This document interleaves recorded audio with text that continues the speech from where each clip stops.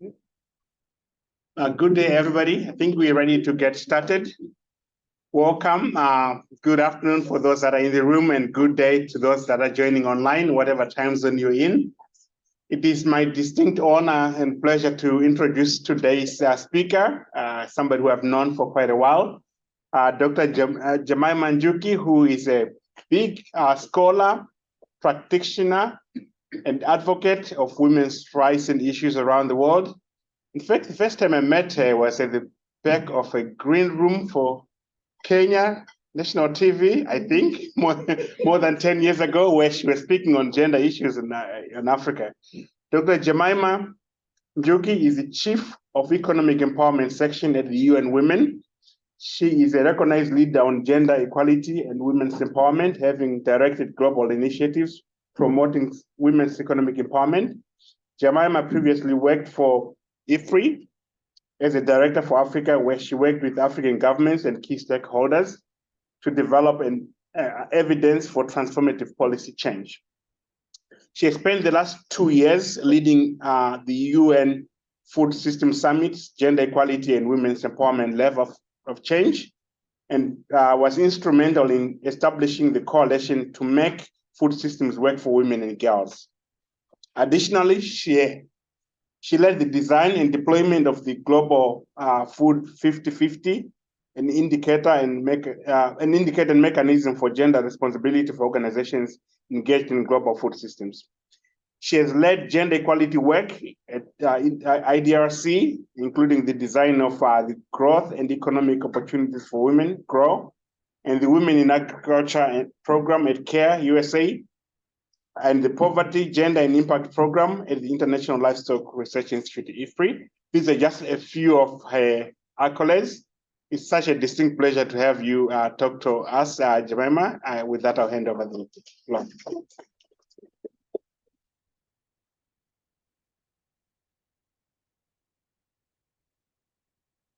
Thank you very much for that introduction. Maybe I should just use this. You can use that one. I think I'll keep this one. Oh, good. It's such a pleasure for me to be here. I think that introduction just shows much more than what I have done, how much I move around, maybe. At the moment, as Ed said, I work at UN Women, based in New York, and I lead our work on economic empowerment. And I want to preface what that team does, because it will, in a way, explain some of the examples that I use in this talk. I lead 4 teams. I lead a team that works on sustainable development, so the intersection of gender equality and sustainable development, and that includes work on climate, work on energy, fisheries, and food systems. And I lead a second team that works on women in the world of work, women in jobs, and women in entrepreneurship. My third team works on transforming care systems. So how we start to recognize, redistribute, reduce, represent, and remunerate care work. And the fourth team works on, what do they work on? I cannot forget them since they'll be online. They work on financing for gender equality. So how we work with governments, with the private sector, to make the financial ecosystem work for women and girls. And cutting across all that work is work on gender responsive macroeconomics. This is the work that we do with governments to make sure that their policies are actually gender responsive. And these are policies from social protection policies, fiscal policies, monetary policies, so that that environment actually works and is conducive for addressing issues of gender equality. And also cross-cutting is our work on social norms change, recognizing that a lot of gender equality work is actually rooted in cultural and social norms, some of them extremely useful, but also some of them quite harmful to women and girls. So this is the work I do at UN Women. It's a real pleasure for me to be here, and I want to thank Ed for inviting me again. I think I gave a talk about 2 years ago online when I was still living in Nairobi, but being in New York has actually given me the opportunity to come in person this time. I might talk a lot about the same issues. I work on gender equality, that's what I do, so I'm not gonna talk about soils or anything else like that. But I do hope that from this talk that you can actually, those of you that as students who still haven't had an interest in gender, that you can see how it intersects with global development issues and some of the things that, that you can do. So I want to start with the year 2310, because this is a year that is very, very significant. I don't know, who knows what's going to happen in 2310? Anyone knows why 2310 is such a significant year for us?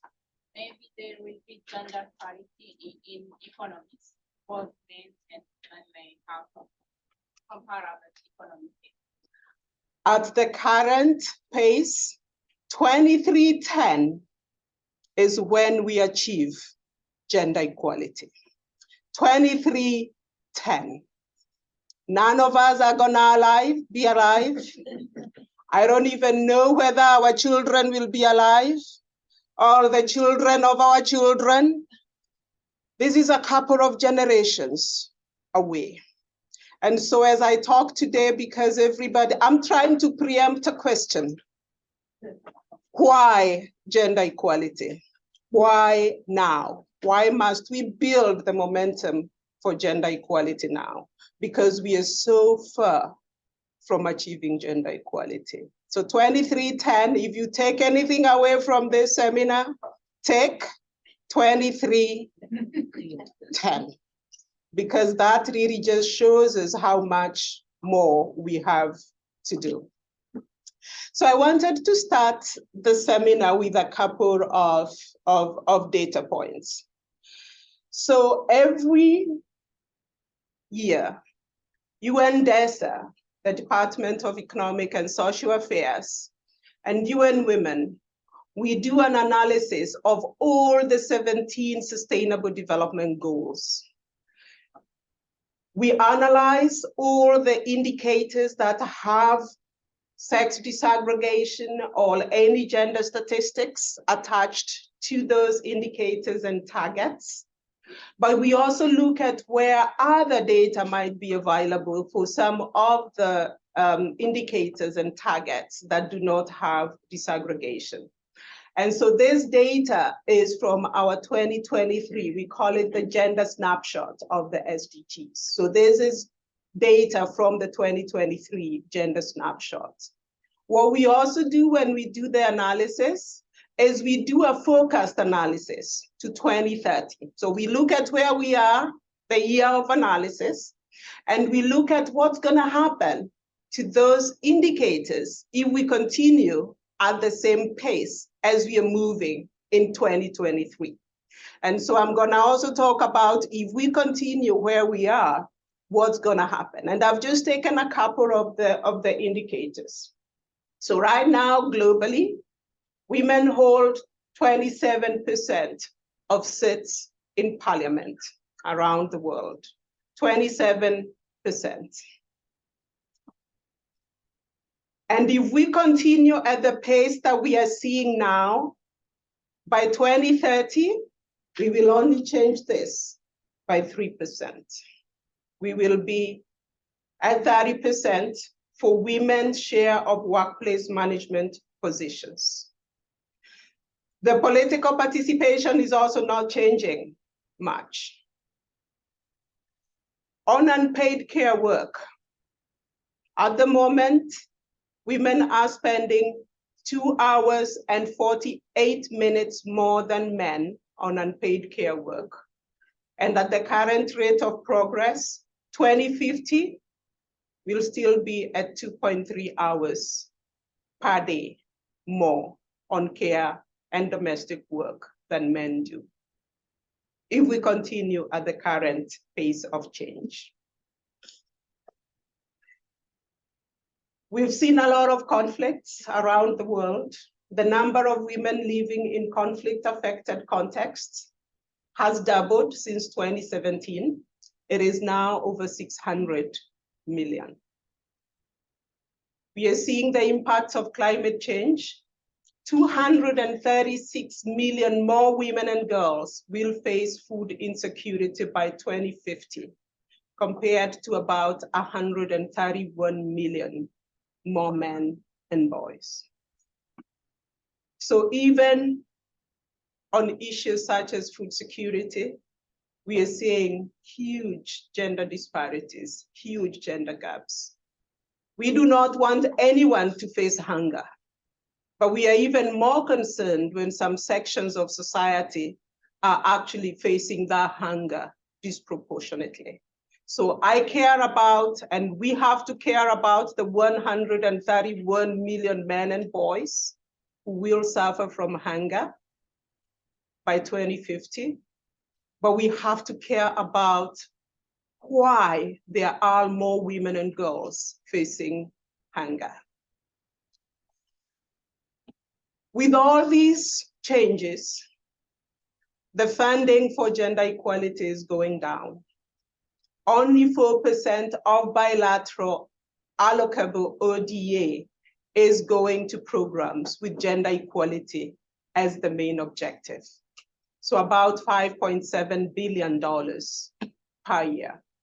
And this number might look big, but if you put it into context, the world is spending, last year, spent $2.2 trillion on military expenditure. So we're talking 5.7 billion per year for gender equality, 2.2 trillion military expenditure.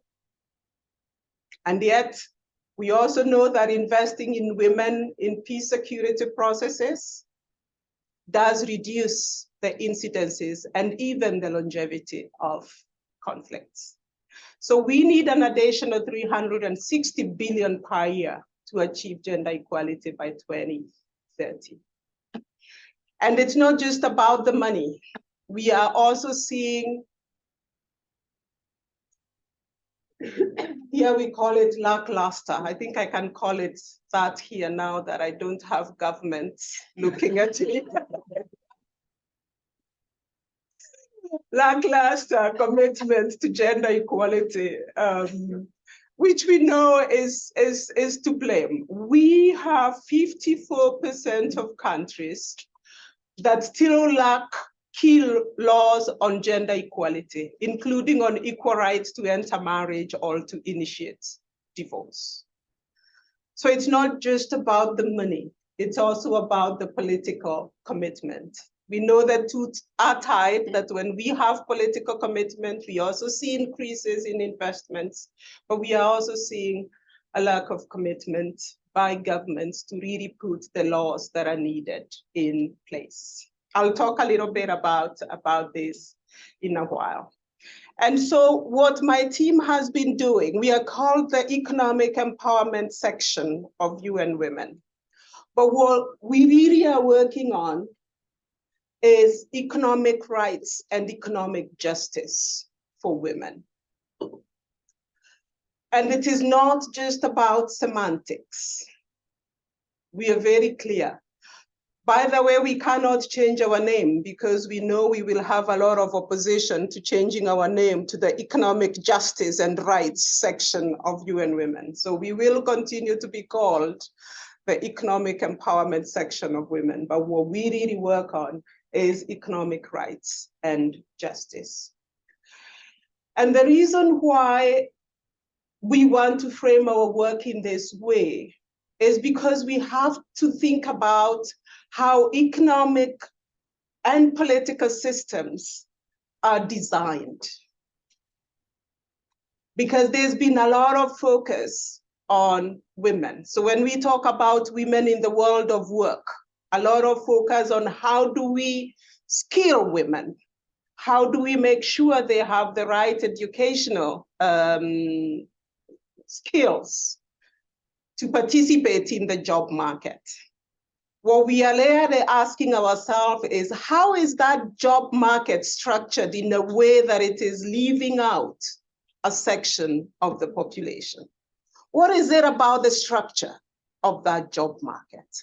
What is it about the structure of that political system that only 27% of women are in that political system? What is it about that political system that's stopping women from being in it? Because it can't just be women have decided not to be in the political system. In our families, in our communities, we know the structure of violence that's embedded in our political systems.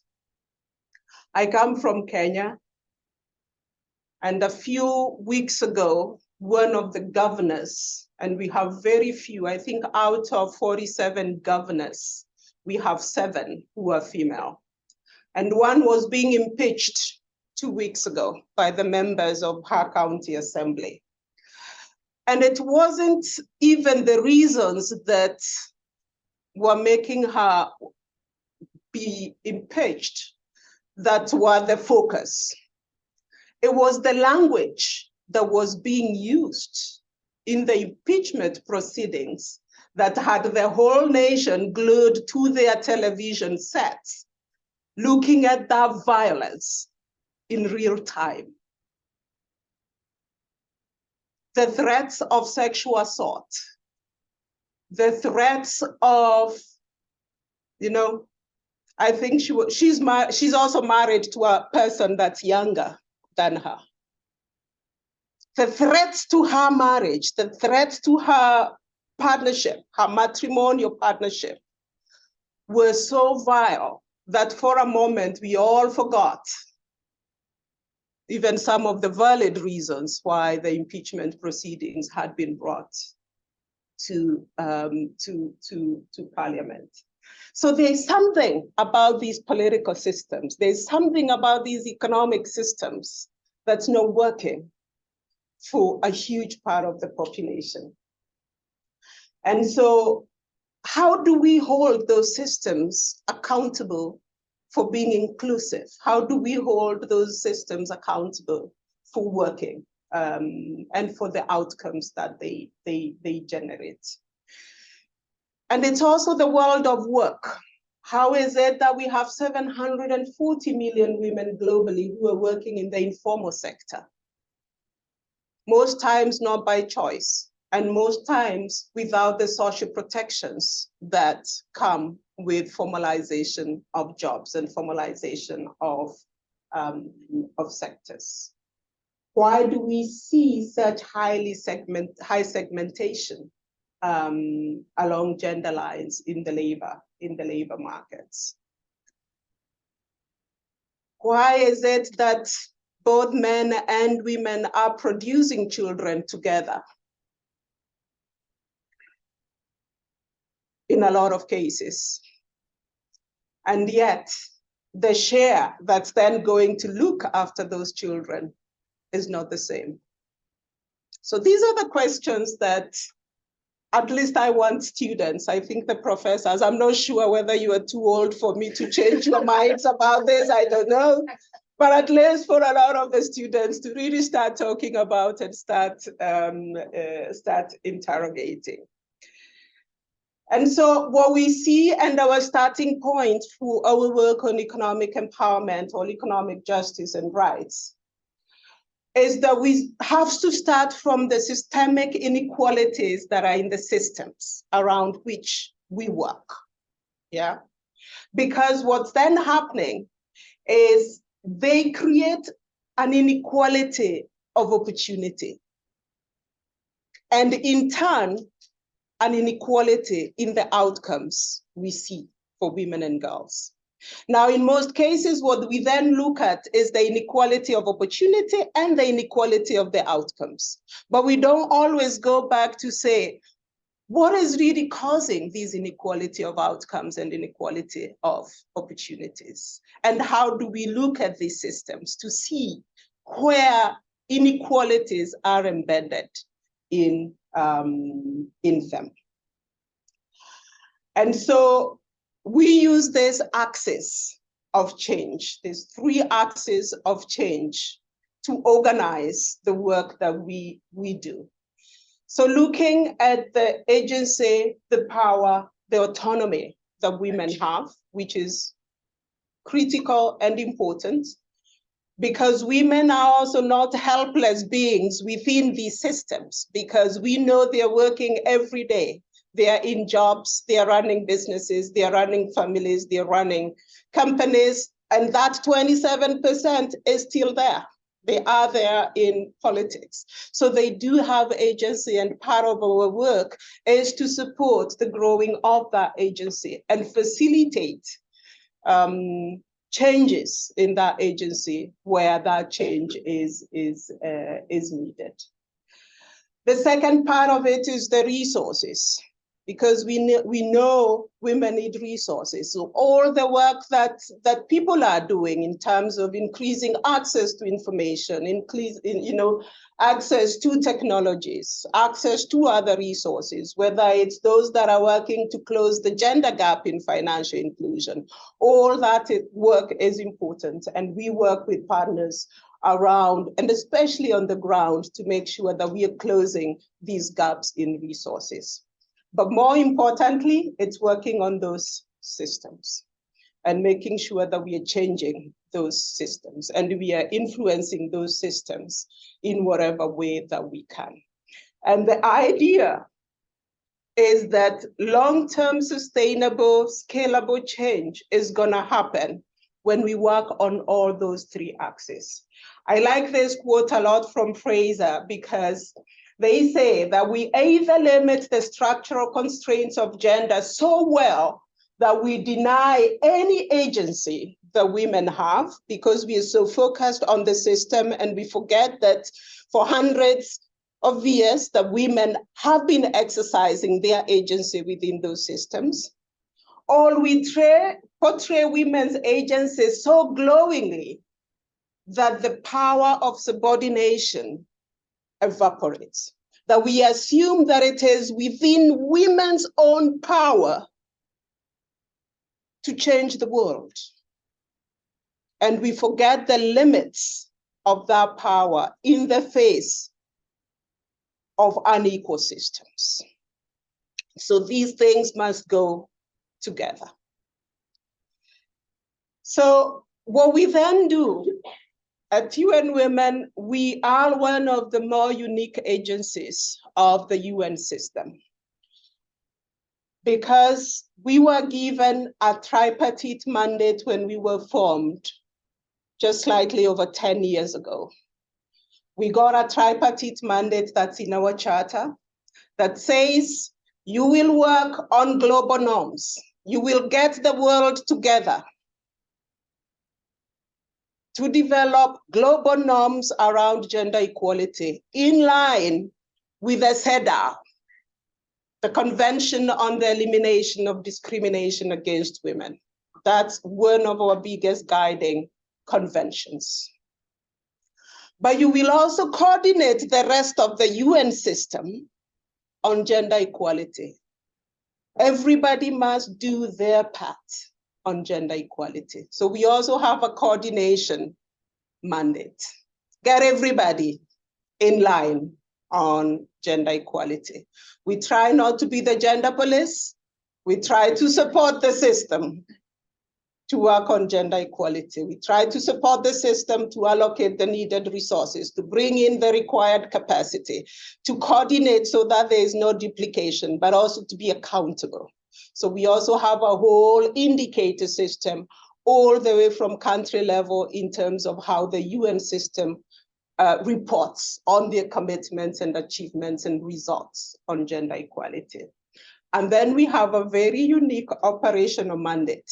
We've got about 70 countries presence around the world where we actually have teams that work on the ground with governments, with private sector, with civil society organizations, with partners.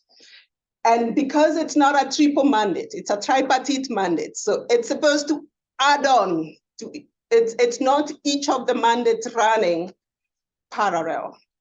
It's a mandate that brings everything together. When we develop global norms, we work with countries in the operational mandate to see what does that actually mean in terms of programming on the ground.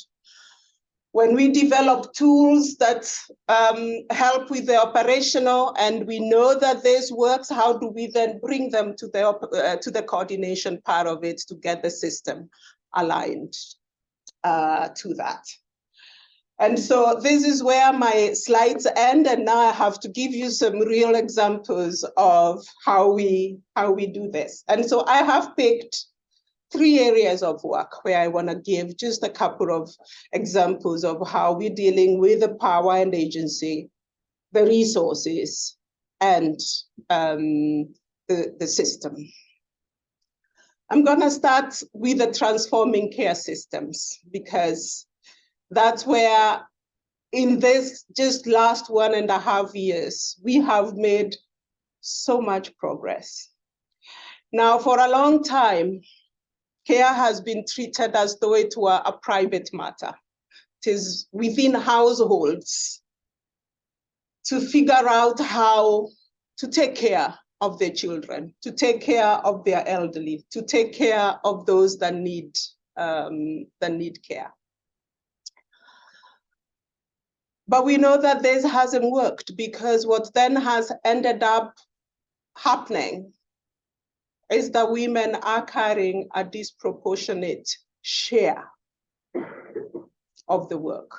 So we've had a lot of work to do within the UN system to first change the public perception of care. You've noticed I have not used the word burden. The common language used for women and care is they share the disproportionate burden of care. Care is not a burden. We all at one time in our lives have needed care, received care, given care. Care is work. And so the first thing we have had to do this last 1.5 years is make sure care is recognized as work. It is not a burden.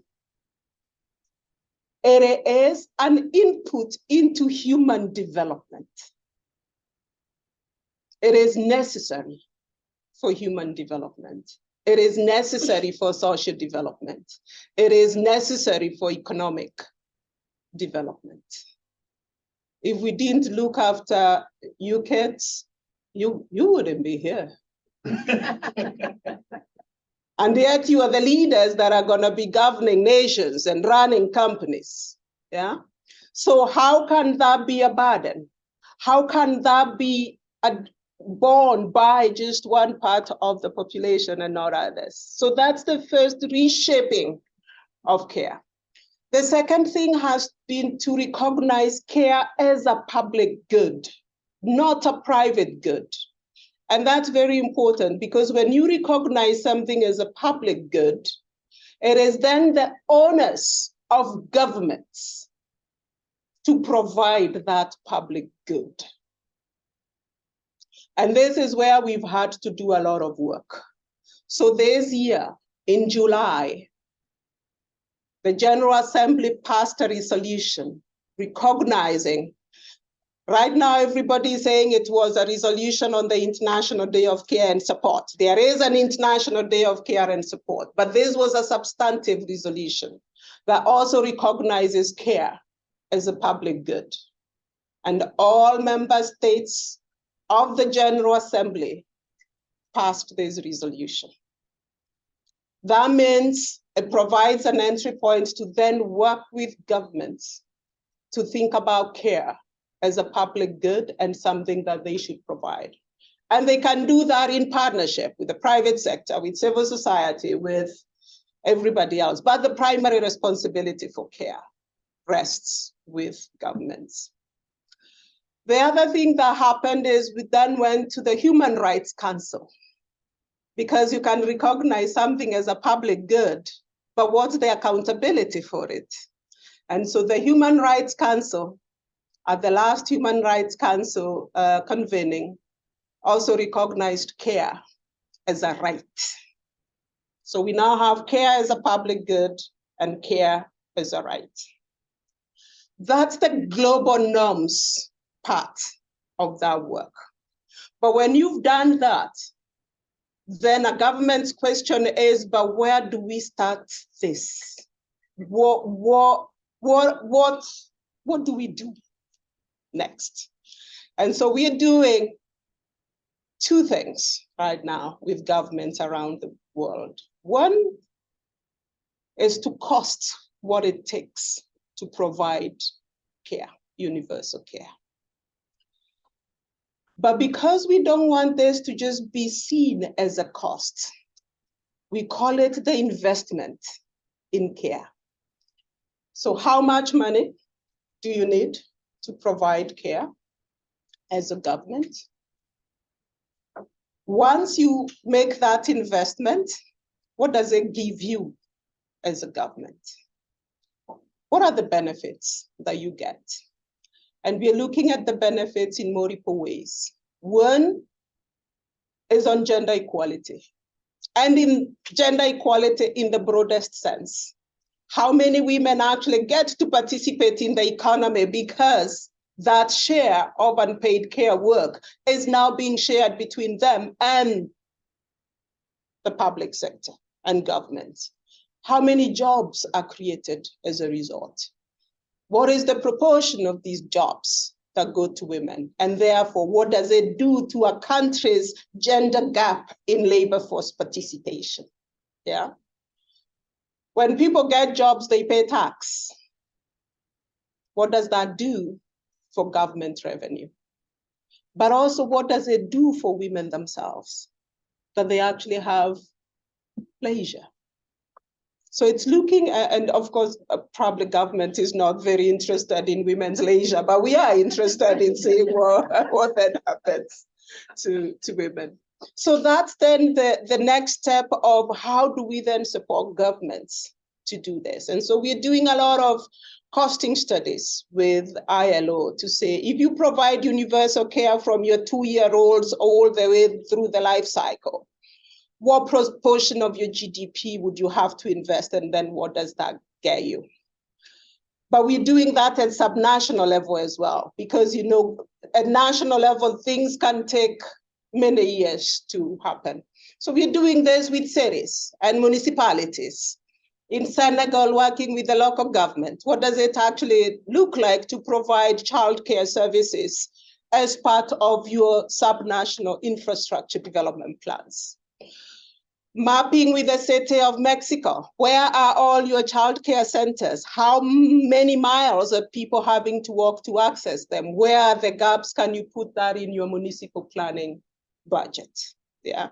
So then that's the kind of work we do at that level. But we are also working at the household and community level, the operational level. How do we then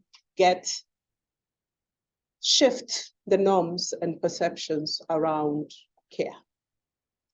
So that's the work on care and how we then look at the different aspects of it. So right now we are developing a 10-year program around care because we think that's how long it's gonna take to really start seeing the shifts that are needed.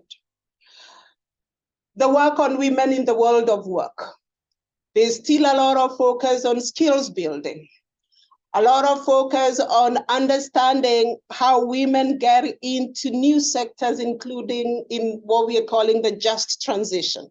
What does that mean for women in the world of work? At the same time, we are looking at governments and organizations. Why do we have a gender pay gap that has persisted, not moved a percentage point in the last 30 years? What is happening? So we convene what we call the Equal Pay International Coalition. Governments, trade unions, employers, First, to put legislation in place on pay transparency, on penalties for gender pay gaps, and anyone with gender pay gaps, then what's the plan for reducing those gaps? So a lot of countries like Canada and others who now have legislation on pay transparency and equal pay for work of equal value. That has been our biggest sticky point. What is work of equal value?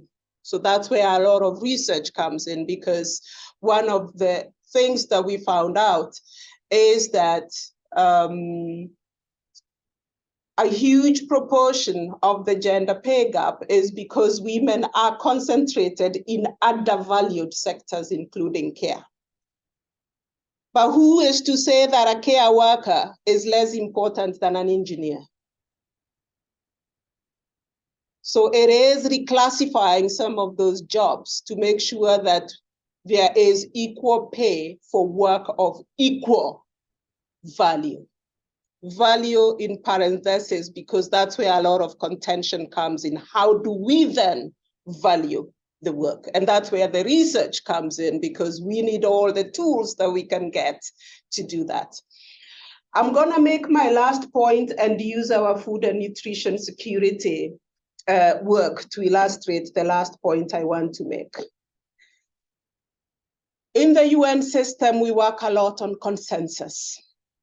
People know the UN system from the Security Council. They vote, they veto votes, and all that. A lot of our intergovernmental work, the Commission on the Status of Women, the Committee on World Food Security, we all work by consensus. And more we are seeing increasing pushback and increasing polarization around the work on gender equality. Governments pushing back on rights that we thought we were already past. And so this has become one of our most difficult parts of our work. How do we get 193 member states to actually sit in a room and come to a consensus on the important things? How do we build allyship within this membership so that we can we know that we are progressing? In a lot of issues, we are getting back down to the basic minimums, but more and more we want to keep making progress. And we are seeing a lot of commitments to make that progress. We've just passed the voluntary guidelines, supported the Committee on World Food Security to develop the voluntary guidelines on gender equality in the context of food security and nutrition, because that's an area where there hasn't been a global normative standard that's guiding countries in terms of what needs to happen. And while that work can take 2 years, it's taken us 2 years to get to those guidelines. We know now that we have a framework that we can support governments to implement and to align to. So I think just to say, sometimes when we present this work, it looks very easy, but there is a lot of consensus building that's required.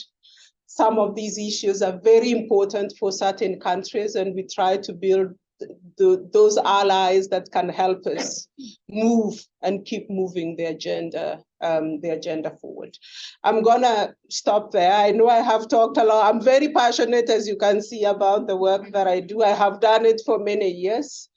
But we are also looking for the next generation of gender researchers that can actually bring some of this deep thinking into the issues. It's important to think about the gender gaps in productivity. It's equally important to really think about what is driving those gaps and how can we get to some of the root causes of what's driving what we see.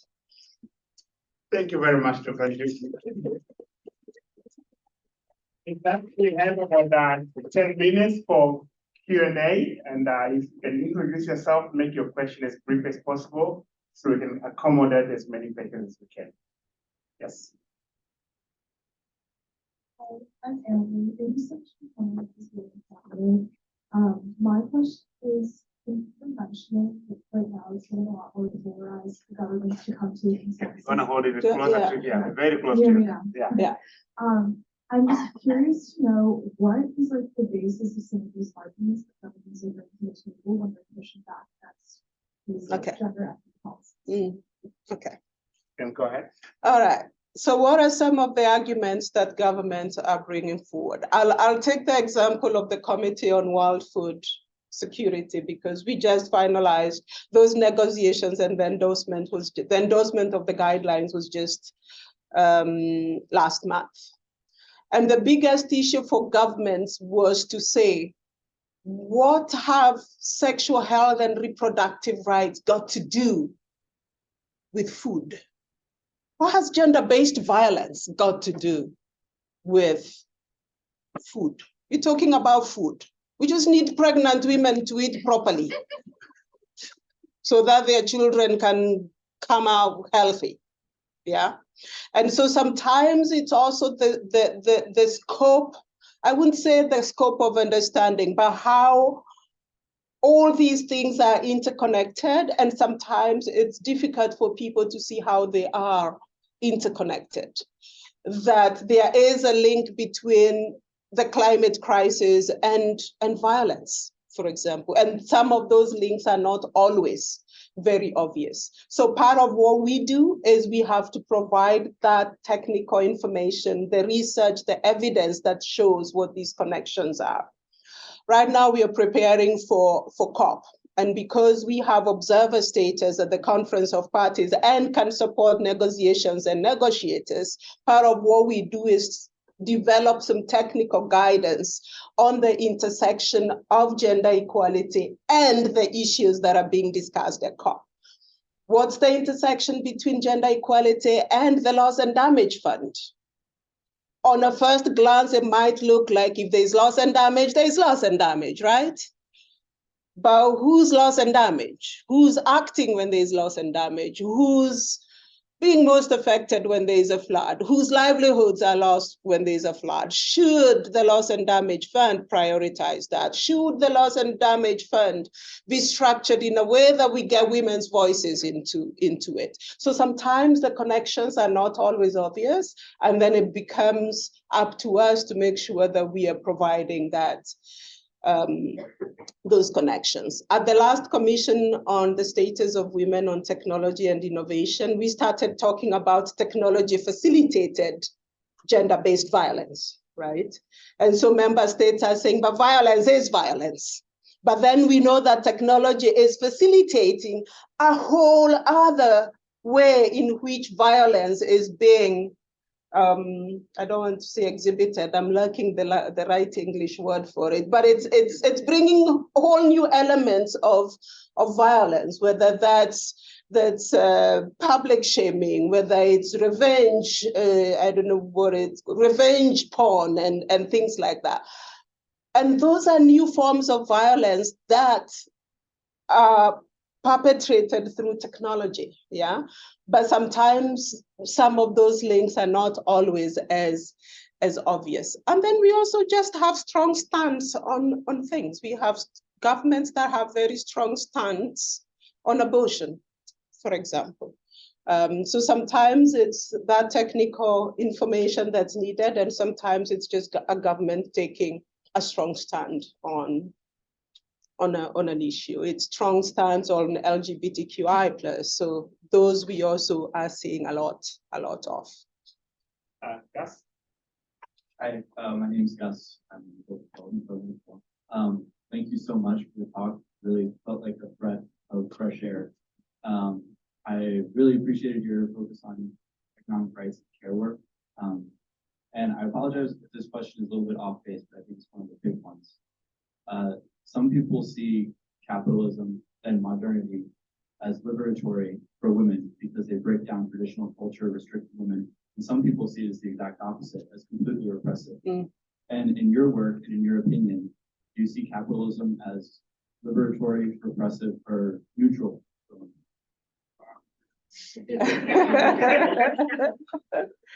Now that feels like a question I should take out a book and first read, but I'll say one thing. First, it's not neutral. So at least we can remove that out from the equation, right? It is not neutral, and we know that. The second thing I will say is, of course, what capitalism does is it's opened up worlds of, whether it's when you think about global markets, global value chains, the world of work and how that has expanded, that has provided a lot of opportunities for women. At the same time, and this is where I'm gonna give that answer that it says it's neither or. At the same time, it's what I was saying, we see inherent inequalities in that system because there is a very strong link between capitalism and patriarchy. Because who controls that global system? Who controls the global system of trade? What are the inequalities structural that are inbuilt into that global system of trade? So we can say the world needs a global system of trade, but that does not exonerate us from looking at that global system of trade and asking, who is it benefiting? Who's losing out from that? How is the smallholder woman farmer in country X benefiting or losing out from a global supply system? Yeah. So we have to ask those questions as well. So that's gonna be my neither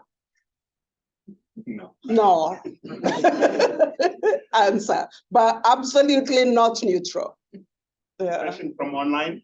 All right, we have many questions, but so one of them is, discrimination against women is often based on a single category, which ignores the experiences of certain minority groups.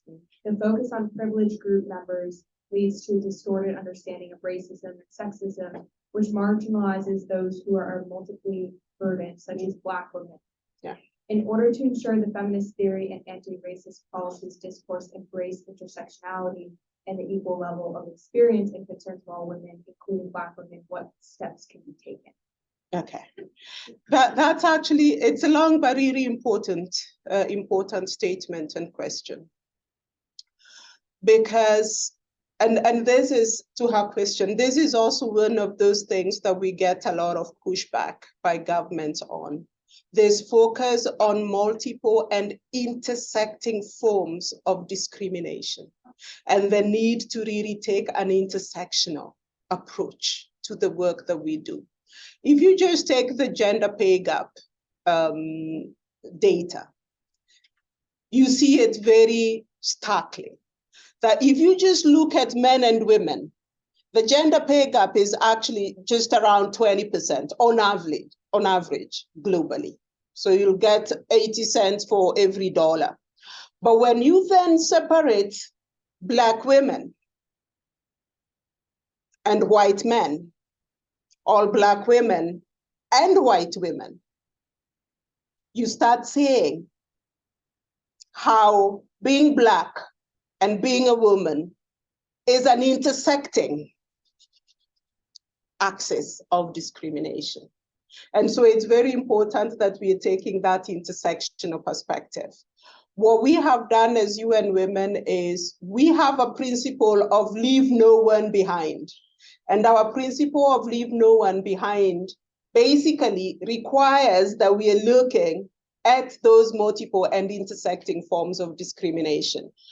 And sometimes it's racial, sometimes it's indigenous women and their rights to land. They're women, so they're facing what other women are facing, but because they are also indigenous women with no claims to their territories, it becomes an intersecting form of marginalization. So that's something we always have to be aware of.